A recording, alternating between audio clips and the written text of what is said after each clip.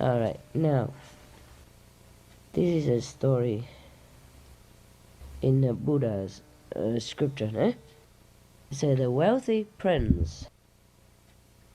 There's a comment before we started. It says, the life of a householder is beset with concerns that are in conflict with spiritual pursuits.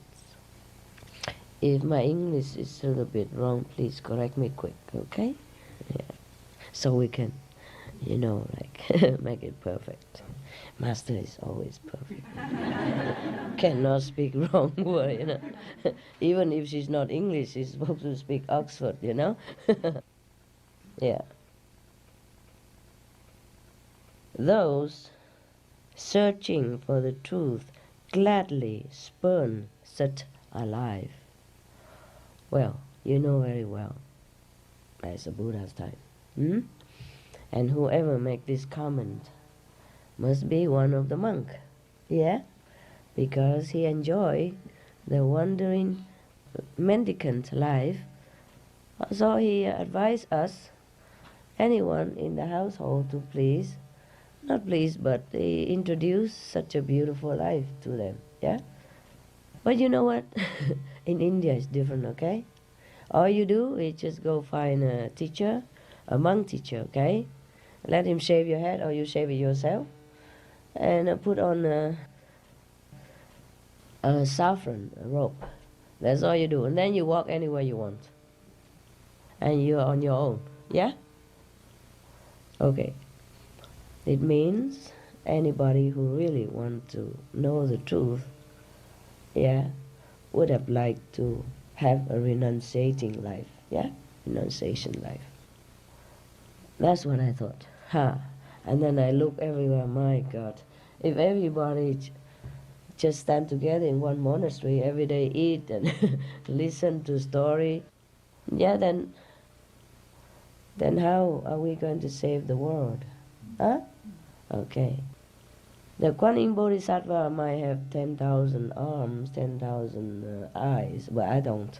Do you see any 10,000 arms anywhere? 10 fingers maybe.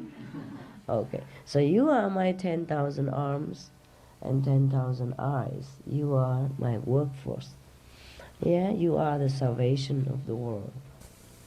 And for that, I want to thank you here, okay? Once and for all. Be esteemed by the people, the family, okay. Like a refreshing well to those who led good lives. This family share their store of treasures and grain with the Shramanas and Brahmans. These are different class of people. And open their home to friends and kin. You know what Brahman like, right? Brahmans. In the old time, if you are initiated, then you're called Brahman. Yeah? And that's how it become different caste up to now. Yeah? The Brahman is the one who are close to Brahma. You see? Close to the God of the three worlds. Yeah. At that time, that's all you get. Maybe that's all you need. You don't need to go to the fifth level. But nowadays, some silly master give them a fifth level and they're complaining still. What? Only fifth level? And then you go to the 10th and you left us behind? Fifth level? No, me no like. Yeah, like or not like, me stay there. That's all me entitled to. Okay? If me lucky, silly master come down sometime and visit me, okay? If me not lucky, me not good, then that's it, huh? Okay. You see, the Shramanas, probably the one convenient method, yeah? Okay. In the old time, initiated and convenient method probably come to that house often. Maybe because he's a contact person, yeah? And he's wealthy, huh? So he can afford to help people. So it sounds like a good contact person, eh? Or maybe even a master, who knows? Otherwise, how would the Brahmins and the Shamanas flock into this house often? And they share the wealth. Sound like in some of my places before. You see? Like a refreshing well to those who led good lives. Yeah? These families share their store of treasures. Share with those who led good lives. You see that? Yeah? So, the one who led good lives are the one who came to his house. Yeah? Maybe for initiation.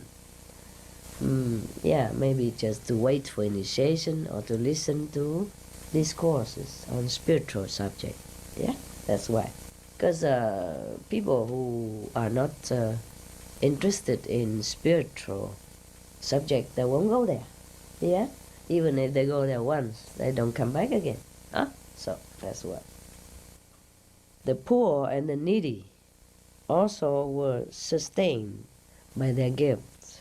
Wow, good, huh? While artisans, right? Yeah? Received their patronage and protection. Even the king was pleased to secure their favor and hospitality. So it must be a master then, of some kind. Okay.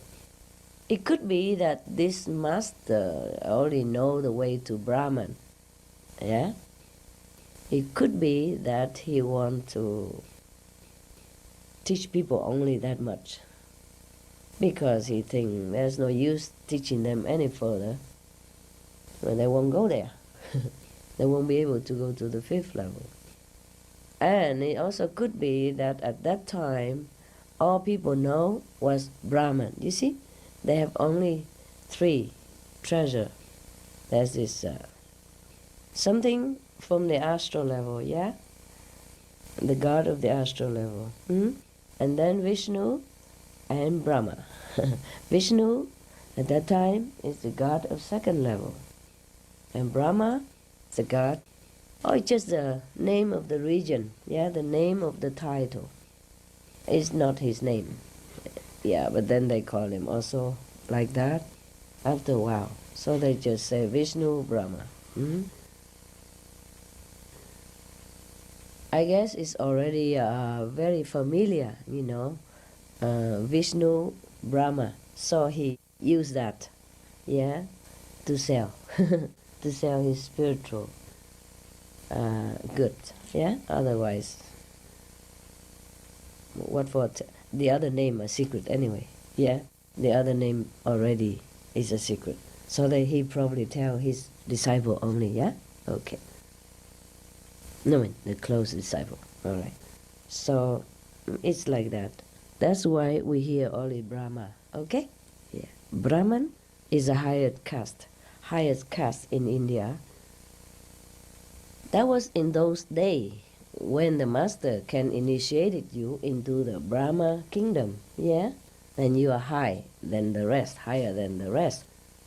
Then you can call yourself Brahma. Yeah? But now, nowadays, if you don't have a master and you're not gone up to the 3rd level, then it's no use to have a caste like Brahma. Yeah, understand? But they still have this kind of caste system in India. When I was there, it's still functioning, the caste system. If you touch a so-called Brahma caste, and they will scold you. They will run away from you. Yeah.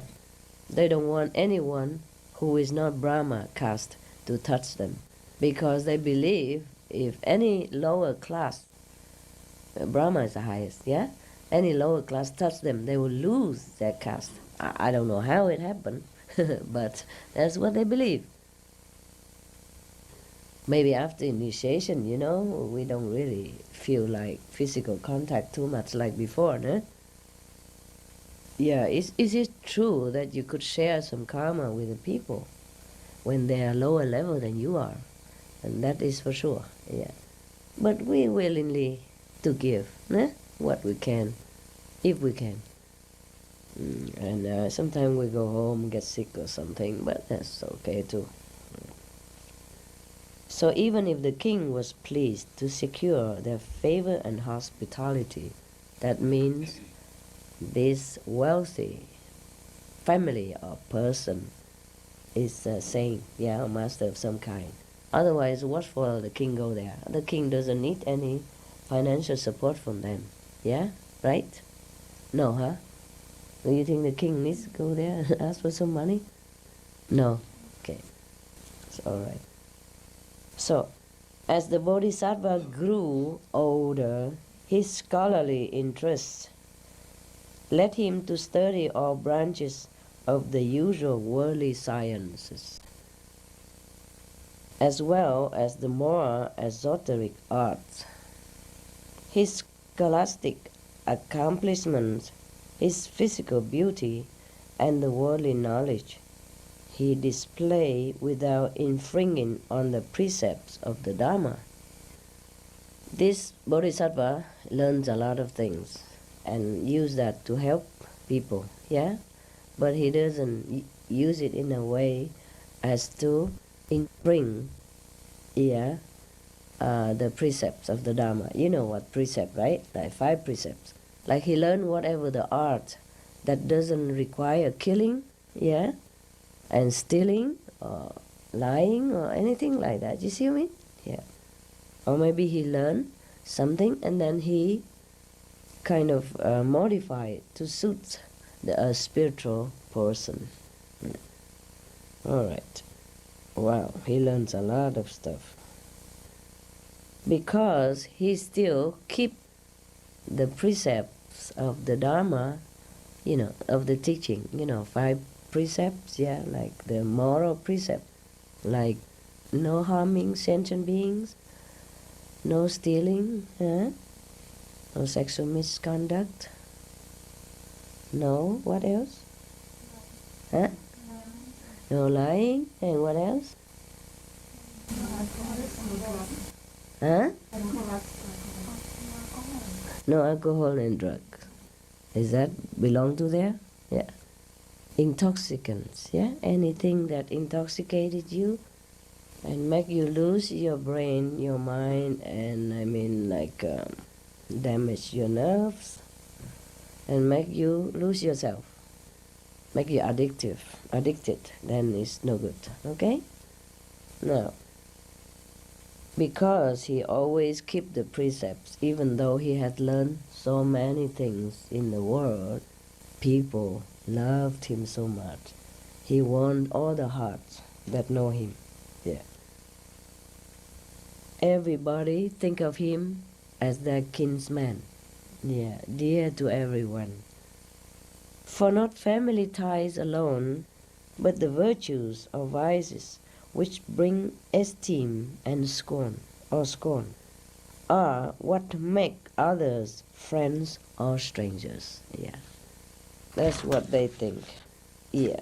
It means it's not because you are clan member that you are a kinsman. Eh? If you are virtuous and morally high, then everybody will feel close to you and they become your family. Isn't that not so with us? Yeah? We like that here, huh? Okay. Now, it came about, is that not true? Huh? That we come here together and feel like family, huh? And trusting each other and feel comfortable with each other, huh?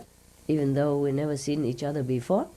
Some we've seen before here, some not, and it's always a pleasure to see each other, even stranger or first-time friends or many-time friends. Still feel comfy with each other, huh? Okay, that's what it is.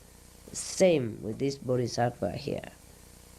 Now it came about that the great being began to think only the path of renunciation. Now he wants to become a renunciate. He think about that. Experience of the householder's life with its painful struggle for gain has shown him how inconsistent such a life was with spiritual practice. He has so much wealth. Yeah, he had so much money, and he had all the respect and admiration from everybody, even the king of the country. And still, he thinks that to be a monk is better. Yeah. You see, this is the thing with Dr. NHዔC, huh? He also did not want to be a president anymore. After he got some enlightenment, he knows it's all transcend, so he doesn't want to be a president anymore. If he run, he would win again, because he win 5-6 times already in a row. Nobody is weightier than he was, yeah? Anyway, he said he doesn't want to be attached to position and fame. He thinks he could do better if he's free from political obligation. On the other hand, he understood well that the happiness to be found in the growth of the ascetics. So he compared the two lives, yeah? He knows that the household life is not as good, yeah? But if he become a monk and he just stay anywhere, in the grove somewhere, yeah? Like a forest or maybe a cave, then he would feel better. That's what he thinks, yeah. So gradually, his mind grew detached from the pleasures of his home. Wow. Upon the death of his father and mother, and while he was still in mourning, he left his splendid home and estate, bestowing all he owned on friends and kin, on the poor, and on shamanas and brahmans. He left the city. He traveled through village and town, through kingdoms and capitals of kingdoms, until finally he settled in a wooded plateau near a small town. There he soon gained renown for his tranquility, the quality of his contemplation, and his superior conduct. Here come, he got famous again. The same. But maybe now that he's a monk, he doesn't have to worry anymore, okay? He doesn't have to buy a hotel and take care of all the paperwork, etc., etc. Yeah. Nowadays you need dinero, huh? Okay. It's quicker, yeah, it's quicker. Otherwise, even if I run around from one town to the next, yeah, I can run around all my life. Just talk one day today, and they go home, they forgot. Understand me? But television, they watch again and again, and it probably imprints in their mind to be, a spiritual practitioner. Maybe slowly, maybe quickly, but that's what it is. His clear demeanor, a result of years of meditation practice, was natural and sincere. His language, though demonstrating his wisdom, was full of modesty, a delight to both mind and ear. Uninterested in any gain, he discoursed in a learned yet very gentle manner with his audience, skillfully tracing the boundary between what was to be accepted and what was to be rejected according to the teaching. In short, his behavior exemplified what is expected from a virtuous and homeless ascetic. And when people became aware that he had renounced high rank, they honored him even more. Indeed, virtues invariably seem more appealing when found in persons of high birth, just as moonbeams grow lovelier when shining on a beautiful object. So, are you on high birth, any of you? Raise hand? No. Yeah, why is that? Is that discrimination or what? Why people respect a person more? The same virtue, but they respect a person more if he came from a high birth. I mean, you know, wealthy or in a high position family. Why is that? Tell me. Anybody knows? Yeah, tell me. Because he had to sacrifice everything he had. Yes. For other people, wealth is a temptation. Yeah. And then they forget the spiritual. Oh. And that Okay. isn't it the other way around? Yeah. Mm-hmm. Okay. So he was a prince anyway, huh? A prince of some kind, yeah? Okay. Maybe he's not a prince from the king, but you know, prince from royalty lineage, yeah? There are many kind of prince, you know, right? Okay. Your Royal Highness Prince, or just your Royal Prince, or your Highness Prince, or your Prince. That's right. If a person forsake his wealth, his position, his comfortable life, to seek a renunciating life, and of course, like he lost more, yeah? He has more to lose. So people will think that this kind of person is more sincere, more true. Maybe it's not like that, you know? A person who has nothing, or who has less, maybe also very sincere and true to himself, yeah? When people want to seek the truth, doesn't matter from which corner of life, it's still the same, yes? But because in physical life, people tend to value wealth and position anyway, yeah? And if you can forsake it, then people think, wow, he's really something. He's strong. His search for spiritual life is truly laudable, yeah. Sincerely, yeah. Anyway, okay. But it doesn't mean that only when you have a lot of money and high position and you renounce it, then you become a highly spiritual person. It's not always like that. Remember Kabir? Yeah? He's just a shoes repairer, right? Shoes repairer and maker. And many, many others, yeah? I just remember Kabir, but I don't remember. There was a guy, I don't remember what's his name, he's a cobbler. Huh? That's Kabir. Kabir? Cobbler is a shoemaker, right? Yeah. Not another guy, no? Okay, Kabir. Yeah. But he's the one that we knew, not that that's the only one we had. You know what I mean? You know why we know Kabir a lot? Because he's loud.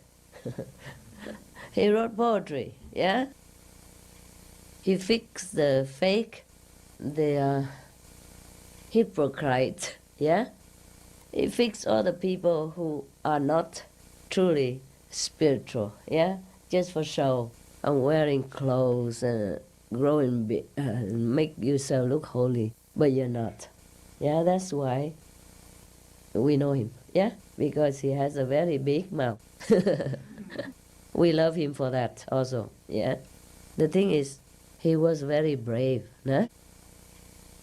At that time, and he's only a shoemaker, and he dares speaks like that, nah? So he must be a very brave person. Well, he has nothing to lose anyway, yeah? He don't care.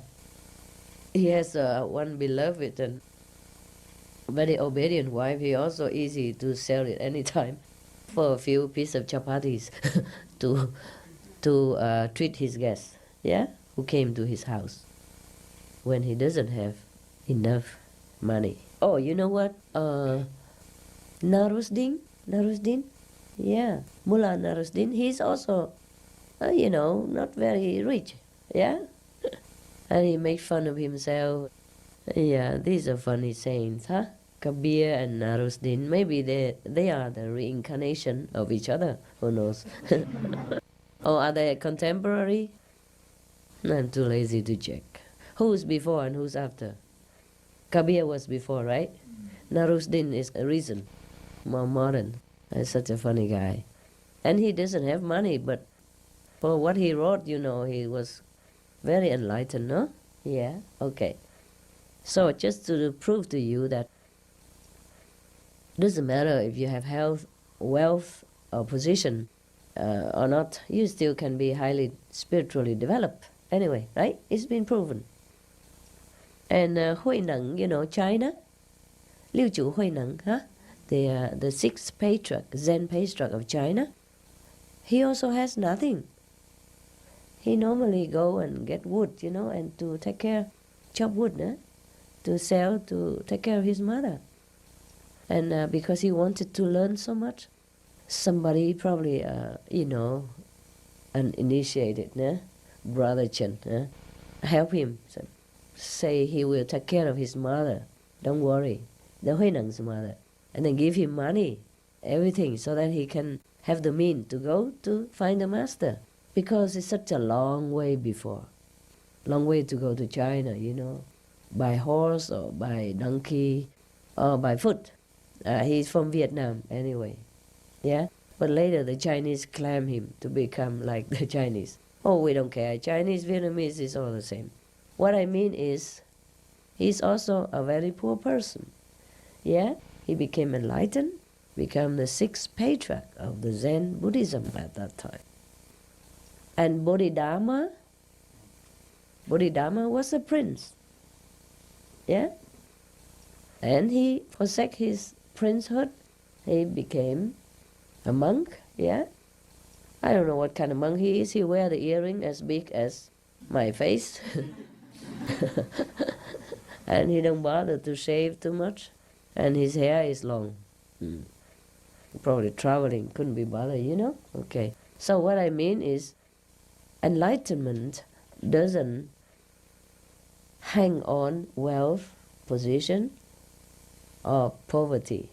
We have everything, right? As Sakyamuni Buddha, he was also a prince. Yeah? See what I mean? Yeah. Whereas Jesus Christ, he was a carpenter. See what I mean? Yes. And all the holy saints in Christian, the 12 apostles, the first 12 apostles, they're just fishermen. You see? There's no position, no profession, no wealth, nothing can predict an enlightened person future. When it's time to come, when the time to come, he will just forsake everything and become initiated and become enlightened. Yeah. Okay. Now, after a time, a friend of his father heard of his new dwelling place and came to visit, drawn by esteem for his virtue. After expressing the usual friendly concern for his health, the visitor told the ascetic of his love for his father.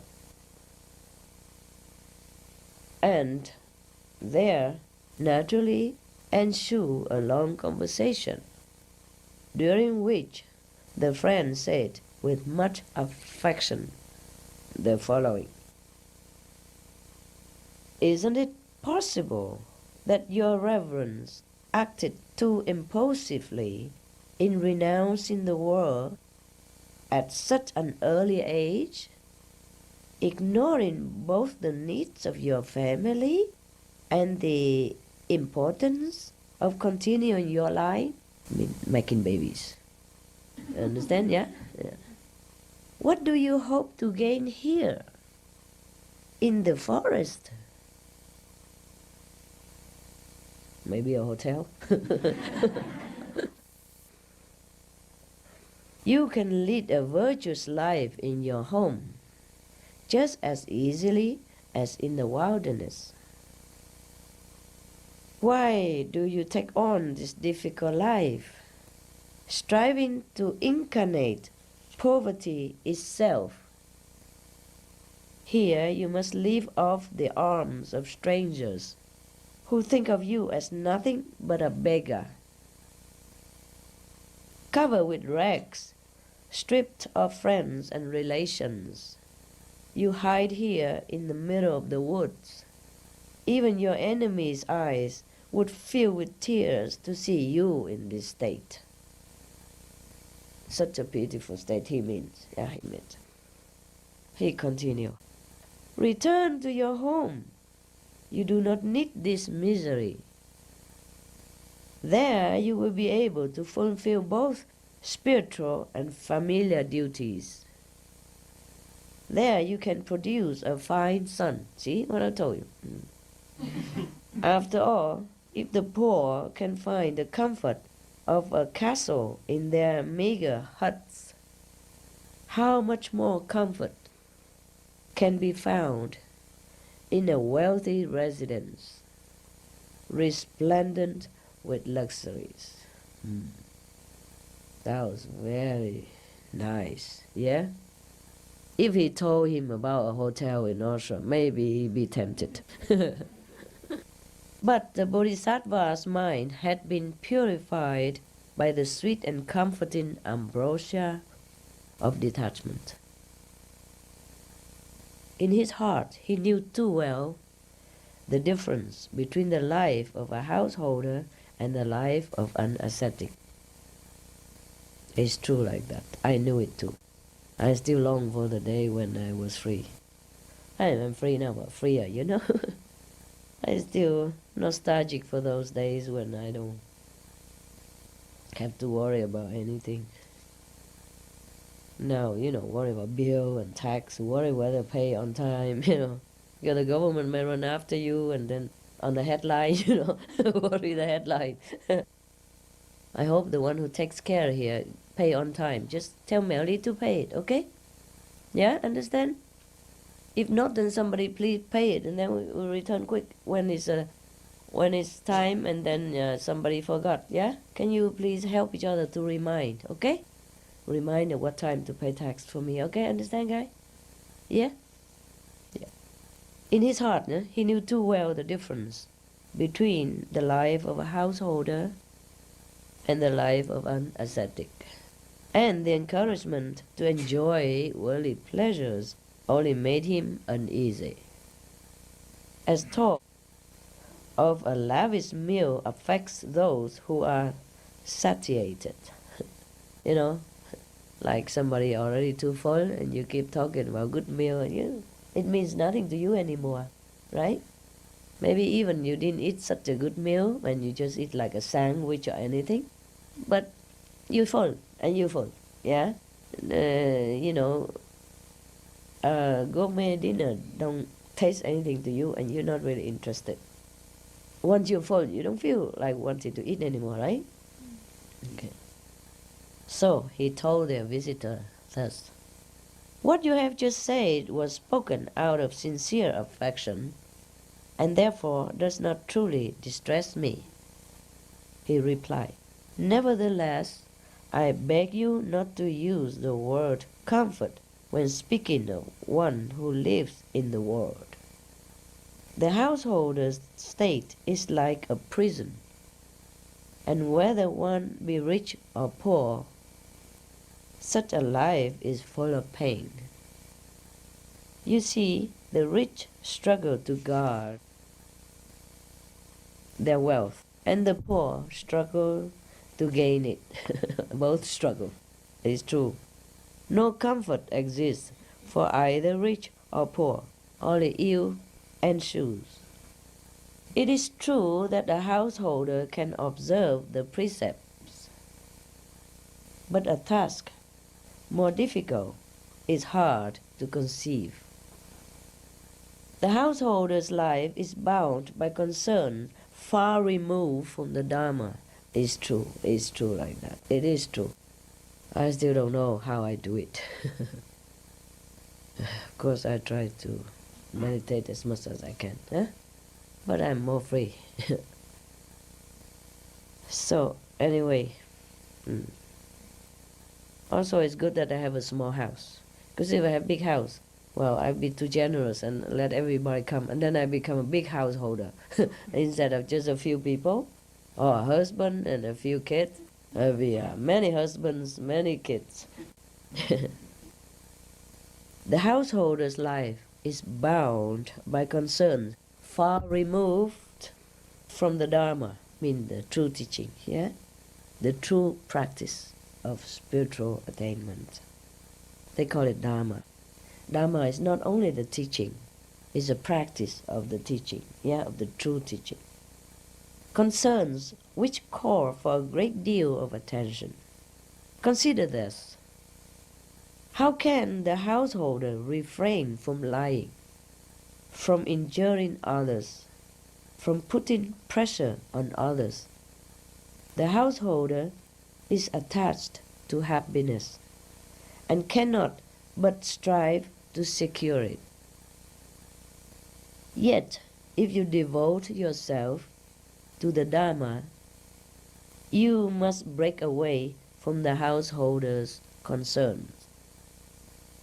So, if you are attached to the home life, how can you achieve the Dharma? It's true like that, you know. If you have a big household sometimes, and the people who you deal with people all day, especially people in your household, they keep telling you things, and then at night when you sit down to meditate, they'll keep replaying again and again. This nonsense garbage. That's why I don't like it when people talk too much about nonsense. Understand? I waste their time, I waste my time, and at night it bothers me. Yeah? He continued. The way of the Dharma has the taste of tranquility. The way of the householder tastes of busyness and distraction. The householder's life is in opposition to the Dharma. So who among those who truly care for themselves would stay in such a life? Yeah, it's truly like that. Even recently, I forgot about the Himalaya, but recently, 2-3 years ago, when I stay alone in the cave, that was really beautiful. It's really beautiful. It's the best time of my life. The householder is easily tempted to neglect the Dharma. Tell you. He seeks pleasure by all possible means and soon feels no restraint.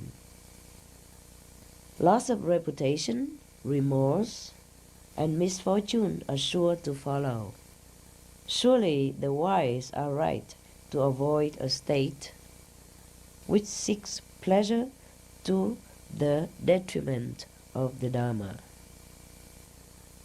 Moreover, I do not see how a householder life would bring joys, for the suffering caused by earning and guarding wealth never ends.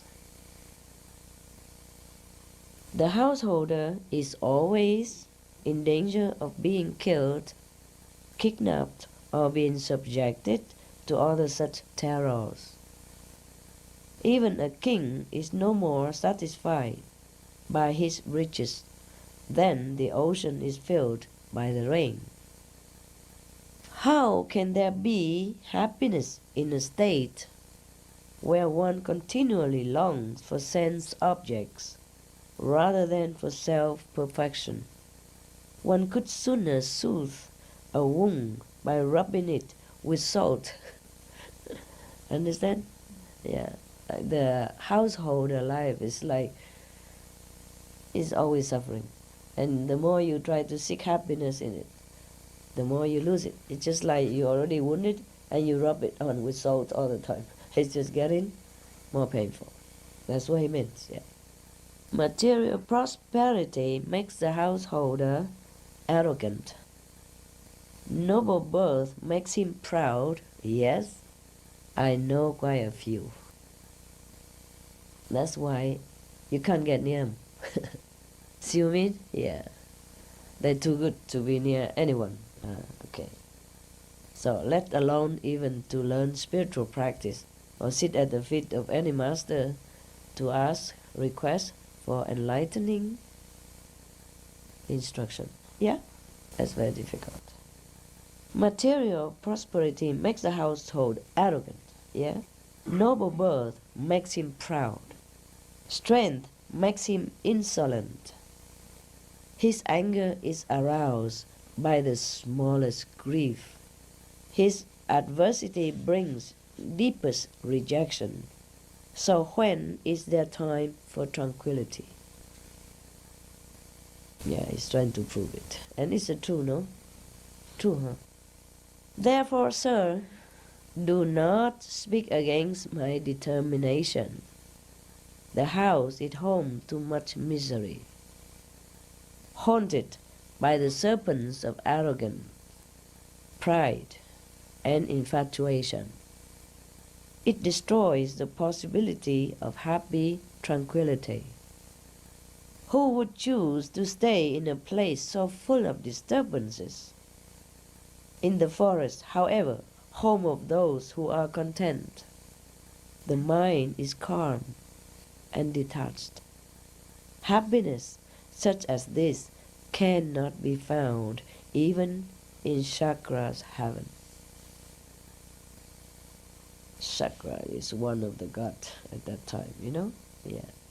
People, one of those gods in heaven that people really aim to go to, the so-called one of the heavens, yeah. Though covered with rags and dependent on strangers, I delight to be here.